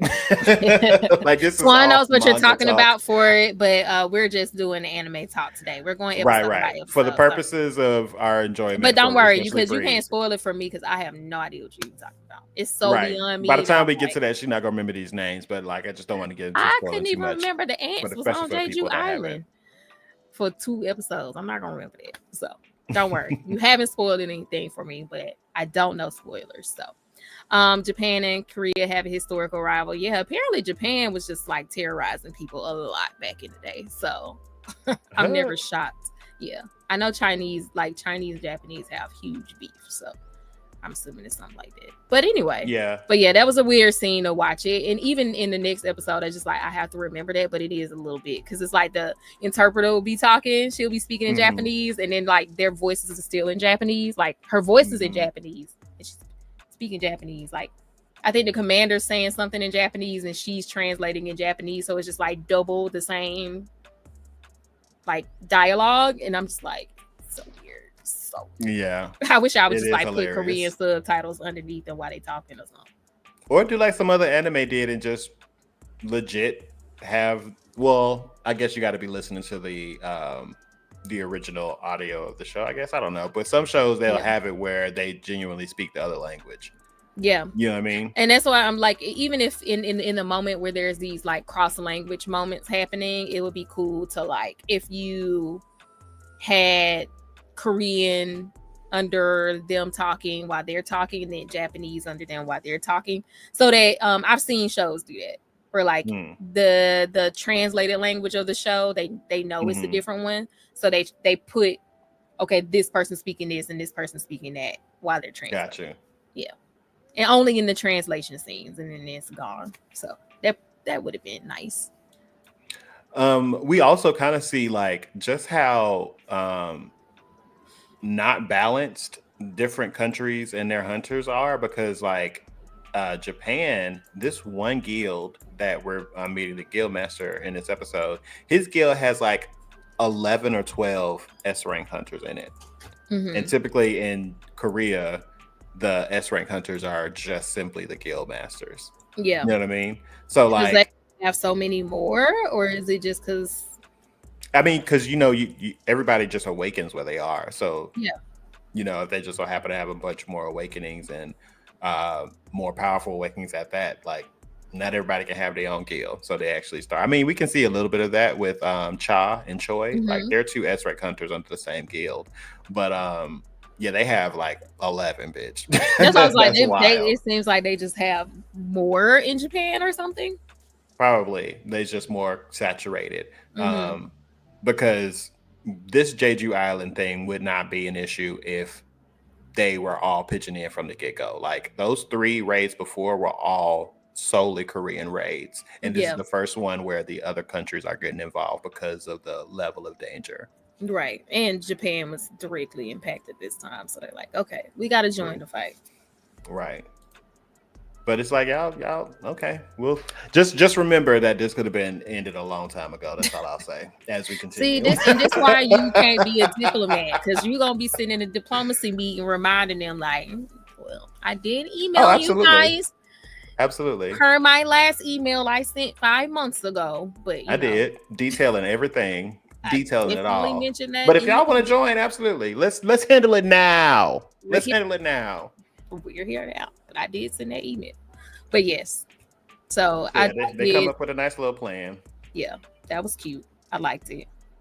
Good plan, solid. I agree with it. It's gonna go terribly wrong, but it's cute for now. I just feel like it's gonna go terribly wrong. Of course, why wouldn't it not? Yeah, of course. It's too simple. They skip back to the fight. We get the upcut of the century. Oh, and that was another thing. I forget, no matter how many times I watch this, there'll be intricacies of his abilities and what he can do that I forget. I forget that this nigga can full on respec during a fight, because he was at his ropes. Like he was pinned down. He had both arms. I think he just ripped those off or whatever. And he was charging up his, oh no, it was before he ripped the hands off. So he did his commander's touch around Baron's arms. He was about to rip them off, but he wasn't strong enough. So he took his ability points and respec them all into strength. So that gave him that instant boost to where he could rip his arms off and uppercut him to the like. That is so, I love it, but that is so cheap. To take take your intelligence down to 0, take your agility down to 0, and just put your strength at 2 million. That's crazy to be able to just respec like that. That's the way he cheating. But power fantasy, so I'm here for it. Yeah, it got him to win, and I loved it because we haven't seen him kind of have to do that since the what was he fighting, that snake or whatever. Yeah, and I think in the snake when he had to use the bear strength to like rip the armor off so he could get a hit or something. Yeah, I think that one he was stockpiling because he wasn't assigning his points right away. Right. So in that one, I think he like actually just used his points and put he just used this his one. Points to put it. He rearranged them. Right. Yeah. But we haven't seen that kind of like struggle with him in a while. So it was nice. It was nice callback to early days. They always say in Love Island, early days. So it was a nice callback to that. I enjoyed seeing that after so long. And then I think that pushes us to the last episode, right? Yeah. 21. Yep. 21. And this one is a tearjerker. This one is where we kind of start off. He's finishing up with Isol. He kind of leaves her hanging with one of his random shadows. He was like, bye. Toodles. Gets engulfed in shadows and disappears. But then it cuts to it cuts to them talking about the ants for a little bit more, but then it jumps over to a scene of Beast Boy, Beck, and his S rank healer friend, Byung. And they're kind of talking about the events and like the trauma of that. Byung has retired as a very young S rank healer. And you got to go through a lot to retire as an S rank healer. I think we talked about that. The He's healers like, you know are. What? I'm that type of person. I'm gonna tell y'all now. I retired from nursing when COVID hit. And sometimes you got to do what you got to do. I'm quick to retire. You know what? I think it's a good time. No backup plan. But we're done here. That's what I do know. So I'm saying I feel that I'd be like, yep, takes less for me. So I mean, this man witnessed his S rank compatriots ripped to shreds, eaten alive by these ants. Because the other guy who be wearing all the rings, I don't know nobody's name. Welcome to the channel. I'm not gonna remember nobody's name. Not even gonna try. All the rings. Don't he be having PTSD flashbacks? Yeah, he was in the raid too. Yeah, it was that devastating. Right? Yeah, it was that devastating. So he retired, and he thinks that Beck is there to convince him to join the most recent raid party, but it's not. He was just wanted to meet him and see him one more time before he did go off, because they don't know if they're gonna return, to be completely honest with you.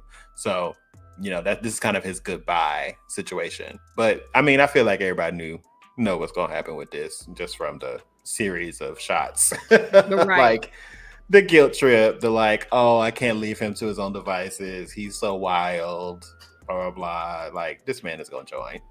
Yeah, he is. That food looked good too.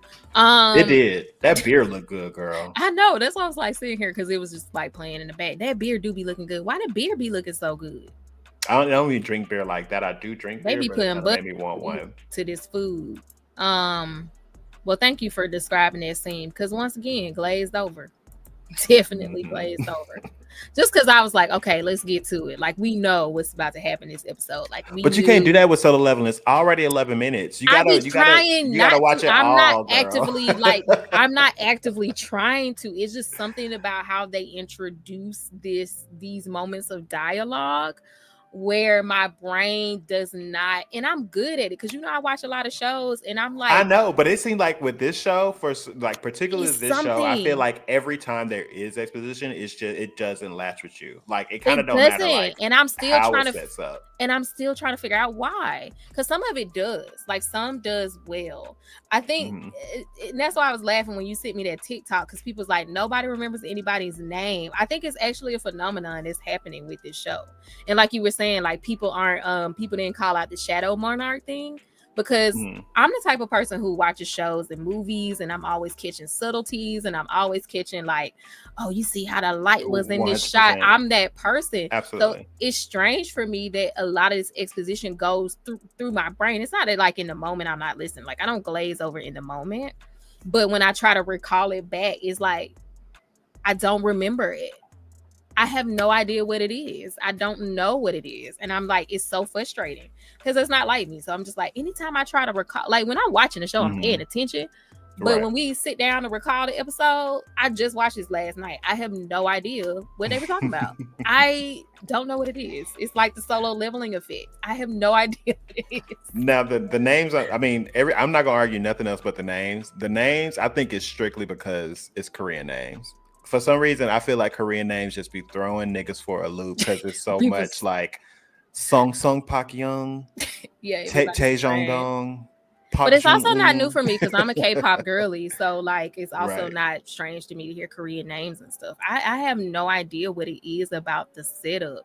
I do think it's potentially that, like, because you don't remember any of the names when they're talking about different people, you're like, I don't even know what it is. I don't know what that is. So it's like they're having a conversation, and a lot of times I'm lacking context of who we're talking about because I can't remember that character off the top of my head. Like more so if they're talking about a character. A little bit of latency going on there. Yeah, that whole thing where like the brother was mad and he was like, "That's my little brother," and they were like talking about each other and people. And Dong Suk. I was like, I don't know. I don't know who that is. Sorry to this man. Sorry to this S rank. Yeah, I think a lot of that that's what it is. Like, I try to take the main idea from the conversation away because then I know I remember that. But sometimes when they start talking about names, I just be like, I don't know who that is. I really want to know who that is because it's so frustrating. But I'm gonna Game watch of Thrones it all over again. Yeah, I'm gonna watch it through again though because I think because the episodes aren't long enough to reiterate names. Mm-hmm. It's taking like now. I'm just now getting in season 2 where I'm like, oh, that's that person. That's that person. Right. And like now I'm able to like follow it better. So once again, still think it's an effect of them introducing stuff early on when we don't have enough context to reinforce it. And trying to use the conversations to reinforce the conversations. Mm-hmm. And you're like, that's not how people remember things. You have to show, not tell. Right. So right. I think and that's the thing too. It's like you're bringing in an element that we're not going to see for at least another 2 seasons. So it's like right. So I think after this, I'll start to remember these moments better. But I'm like, and I feel like the rewatch is going to be beneficial too because Solo 11 is definitely, once it's all said and done, I'm definitely starting from the beginning, episode 1, and doing an old nasty rewatch. Yes, because the pacing is good. It truly is. The pacing is good. I can see like watching this through and never feeling like by the time it lulls, you're on to the next episode, which is probably going to be action. So I feel like it definitely would information retaining would definitely probably be better on a rewatch. Like straight. Yeah, like the girlies that's not watching it now and probably going to jump in at the end of season 3 are going to have They're going to be good. They're going to be good. I'm struggling. But it's all right. I'll struggle for all of us. I'll struggle. And then also, you got to remember, if you're reading the manhwa, you're seeing the name on paper. Exactly. Way easier to digest. Way easier to remember. So, we trying. Hey, Rashawn down there with the dissociated cat face. That'd be me. I'm like, please. Anyway. So yeah, now we get to, honestly, I think the best part of the episode, which is him going back to his mom and like even he has the cure in his hand, like he has the answer. This is what he's been fighting for, and he was still scared to even do it. There were so many details I loved in this whole. The hands quivering, his hands shaking.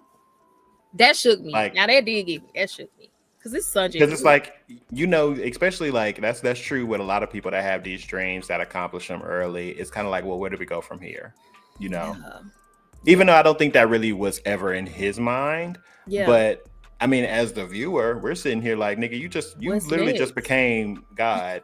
So season 3 just got greenlit. You just saved your mama. She just woke up. Y'all had an amazing moment. Like, what's going on? Yeah, I'm glad you said that because when we talked about it a little bit on the phone, I was like, oh, we'll talk about it on the show. And I couldn't because you were like, it's such an emotional moment. I feel like I couldn't be in it because of that. Like I couldn't wait, articulate that more for me.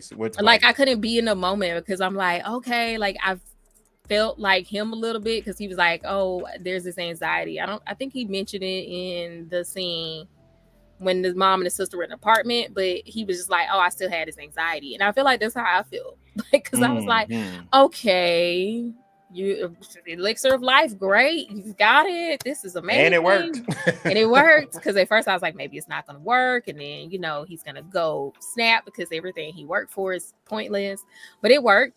That's great. But then it's like, but this is like a whole can of worms because you've literally just cured an uncurable thing. So now you got all this, you're gonna have all this heat on you, all this smoke, you got these fucking ants. Like it just felt like in the moment, like, oh, this is great, but like waiting for the shoe to drop. Yeah, it's like the other shoe drop. So I couldn't get as tapped in because I was anxious.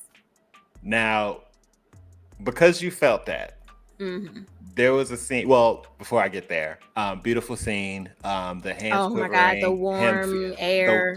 The warmth, like the wind blowing, him seeing her sitting fully upright, staring at him, the tears, the lip quivering. The tears was so good. The shaking, and when he was trying to give her the thing, and he was like by her mouth, and I just love it. Was so good. It honestly, even when he was crying, the different emotions that he went through while crying, like he was happy, he was crying. Then it was like everything that he went through when she mentioned that he was dirty and that he must have been fighting hard, like him really just like reliving everything that he's done to get there. So that type of breakdown happened, and it kind of came back to the I got to be present. So he switched. Right. He went through so emotion. I love how gentle he was with her when he like went to lay her down. He was like a little boy, like he gave it to her, and he looked so hopeful but scared at the same time. Like when he laid her back down, it was just so many good nuanced emotions. So no, I was there. Like I just didn't cry because I was too anxious to cry, and I was just like, something's gonna go wrong. Hopefully, I was hoping. I was hoping. I was like, please just let us have this scene. We got. So I was like, all of a sudden the windows shatter. That's what I thought. I was like, somebody grabbed her by the hair and dragged her out the window. It's about to be. I really, really was like, the game is gonna come on and be like something stupid. Like she about to wake up evil or something. I thought she was gonna, and then when she woke up, I couldn't relax because I was like, she gonna wake up and die. Like she gonna wake up and be like, oh, because she was asking about the sister. Her. Yeah, like I was anxious that whole time. Like my anxiety came out because even when she was asking about the sister, I was like, oh no, she's asking about the sister. Like, is she okay? Dead. Okay. She was gonna die again. So right there, that's what I was gonna ask you. Was there any moment that after she woke up that you were like, something like was there a shot that you'd like somebody to go down in this moment? Yeah, because I think there was, and I was just seeing if there was for you. If you at first when the it was two, because it was the one when his sister was outside in the warm air. That's the I got a freeze frame right here on her outside. I was like, I really hope this is just a Studio Ghibli nice warm hugs via air breeze moment. And not like something's creeping on you and it's going for him. It was like, it's one of those. So I was worried there. And then like when she started asking about the sister, it like the way she walked outside and looked up at the moon, like she had this deep knowing. And then she asked about it. I was like, she finna croak. She finna fall dead over. And that's for nobody maybe that didn't do anything for anybody, but for me, after like, and she would just look up and she was so beautifully drawn too. It was so clean, the lighting. It just like, why are you giving all this detail to Janelle right now? And I honestly gave a little clap because I was like, I love the misdirection for the people that like Bree. I just wait for this little girl to die. We gotta raise the stakes. I mean, if they want to do it another way, I'm fine, but we got to come on. He's just getting really strong, and now his mom's awake. That's great. Okay. Somebody's got to die. Somebody. It don't have to be them. It don't have to be them. We got 2 seasons in and ain't nothing happened yet, so I'm just smiling. I'm so mad. I'm just because the fact that you want my girl dead so bad is triggering. I mean, we could sacrifice JINWOO. I mean, he's my Pookie Bear, but it would get an emotional response. It would get an emotional response, though. It would. So I'm just saying. I just feel like somebody need to die. Well, and I think this was going to happen as we get to the Jeju Island stuff. Like, I think that's going to be the raising of the stakes. Because at this point, he solved the most utmost, like, foremost problem that we started the show with. That's been solved. So it's time to raise the stakes. So, Mommy makes it back home. They've been gone for everybody besides Janelle. Been gone for a week. She got to look at a mess, and the mama just happened to do something, so she's cleaning up. Nice little moment. She asks about the dad. You know, have you seen your dad since I've been asleep? But Pappy being it, right? Yeah, obviously they haven't, but we know different. Which we still don't know more. This nigga done put the hurting on this man and then disappeared. And we never saw him again. Smooth. Yeah. I like that. We did get a glimpse of somebody else. It's my All Might. Listen, honestly, Thomas Andre is one of them. He is nobody to be playing with. So he got introduced. They definitely kind of like, I want to say, hammered the point that he is a particularly strong, quote unquote, S rank. So I'm excited. I'm glad they teased him a little bit. I'm excited to see it. I do be locked in when Chairman go be talking though. Like honestly, he's my Crunchyroll icon when you log in. Yeah. He's my profile picture. I can love follow Chairman all Go. what he be talking about. I'll be like, okay, I like the plan. It's good. Like, yeah, I can follow him. So yeah, I was like, okay, we was logged in. But yeah, I saw him. I was like, not the Hawaiian shirt. I was like, he's so American. Thomas Andre, yeah, He's American, right? From yeah, the he's US. so American. I was like, but that's how they think of us, right? It's just like this white guy with douchebag shades, with a Hawaiian shirt on, looking like All Might with crazy sideburns. Crazy, strong ass sideburns. Yeah, they're super strong. Speaking of strong ass sideburns, we got the training facility. Little segue from as Sun JINWOO was talking to the chairman. Now I'm excited to come. I cannot wait for next week. Like these next 3 episodes, give them to me now. Inject them because we about to see what people made of. Is that what's going to happen? Yes. It's going to be one of those runs where you get to see people sparring. Yeah, this is going to be a little sparring match. I think they left off on the 4v4. A little filler for the end of the season. Not complete filler, but like it's important. It's going to help us remember. So yeah, he's talking to Chairman Go. He feels some powerful shock. It was the S ranks sparring. He goes in, and that's when we get reintroduced to Goto. I think that's his name. They love a go. Right. Gojo, Jogo, Goto. But he's the guild master of the Japanese team. The Japanese, and him and his other 10 S rankers walk in, all of them looking nice, loving the design on some of them. But they come in talking mad shit. Like, damn, this is what y'all got. This is why y'all lost all those raids. Right. They was talking crazy. Right. Well, it was just an interpreter. Right. Yeah, it was an interpreter, but they all carrying the same vibes. Yeah, they are. They are not impressed. Nah. So yeah, they get ready to do a little sparring match, and that's where we leave off on four of the hunters, Cha included, and then 4 of the Japanese hunters. And that's where we cut it. Because I like seeing him with the white hair. I said, oh, he got white hair now. At first I didn't realize it was him. I was like, oh, is that the red hair man with the nails? Beck, yeah. So as he fights, he gets more and more like beast like. That should be interesting. Yeah, I am interested, and I think this is like good. This is what I needed, I think. So I'm not like opposed to it because I think it's gonna help me remember people and what they do. And I'm like, yes, this is what I mean when I say show not tell. Like, show me who these people are so I can remember, because I'm not gonna remember them if you just saying their name and give me a shot. Except the girl with big titties. Who don't like how nobody smells. So it's like, but I still don't remember her name, but I would know if I heard it. I'd be like, oh yeah, that's her. Like I have a face to a name. Cha Hayen. We call it Cha.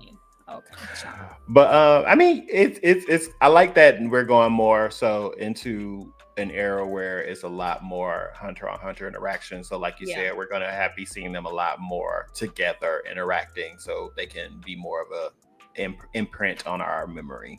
I think that's like an unfortunate. I don't disagree with what they decided to do for the anime as far as the pacing and stuff, and I can understand why they did it, but I do think it was an unfortunate side effect of them kind of rearranging things a little bit. It's just that like I think the people who did the story knew what they were doing when they told it the way they told it. I think they understood how people think and how people who watch and read power fantasies think. And I think they had a good understanding of that. I feel like they always show that they had a good understanding of it. Just how they do JINWOO as people who game, or like I do the same thing. And like, I think they have a good understanding of how the people who read it think.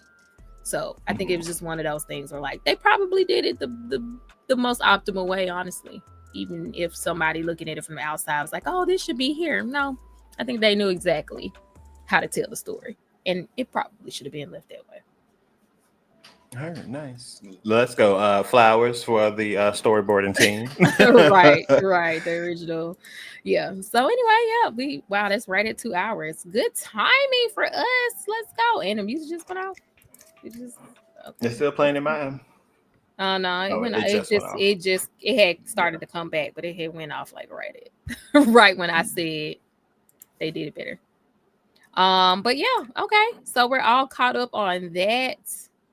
So I kind of like talking about it in a bulk of episodes. I do like it because it's one is easier to talk about just because you don't have to worry about like you can like I like seeing just like storylines wrapped up at least because then you can kind of have a whole thought about it. Because sometimes when you're just watching an 18-minute, 20-minute segments, it's like, okay, I kind of think this, but I can't have a full thought because it's not resolved. And I think sometimes when we talk about it in like episode chunks, it's like certain things are resolved, so I can have a full thought about it and like come to a conclusion about what's going to happen because of it. So I kind of do like talking about it in the chunks. Very fair.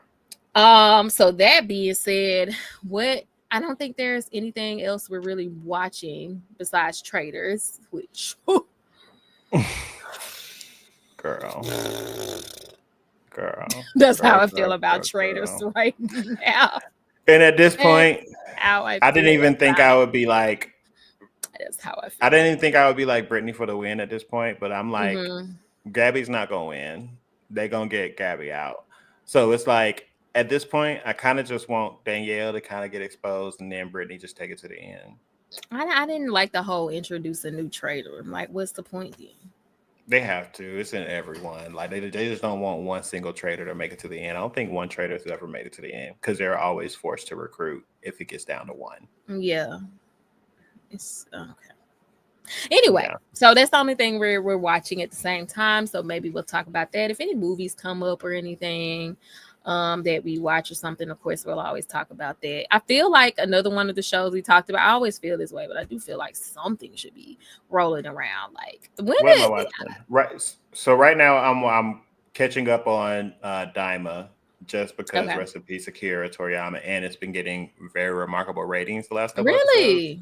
Like honestly, Solo Leveling has been like killing it with like 9.0s and 9.5s. Daima's doing that well. Daima's been getting like 9.9, 9.8. Oh, okay. Like they really apparently been eating. So don't let I me just watch started it and binging be it. Disappointed. It's good. Right now, I'm not like crazy seeing it. Like I'm only 6 episodes in, but it's 6 of like 20. So I'll keep you updated. But I'm watching that. I just started the isekai with the artist Zenshu. Okay. It's like this artist girl that dies and gets reincarnated into another world, and her abilities are related to her artistic acumen. It's very beautifully animated. I just don't know much about it to like recommend it. And outside of that, I'm just watching other shows like Love Island. Right. I've been watching that. I'm gonna start Apothecary Diaries because the second season is out. I'm really impressed because a lot of times we don't get second seasons of these kind of shows. So I'm gonna be starting that. I wanted to watch it, but I was like, I'm not getting invested in none of these shows if I'm only gonna get one season. So I've been really like salty about it. So I'm gonna start that since it got another season. But that's pretty much. I was watching Yakuza Fiance on Twitch with the viewers. That looked good. Yeah, I might continue that because it was cute. It's a little good time. So I was watching that. I just finished. Dr. Don's coming back. It is already.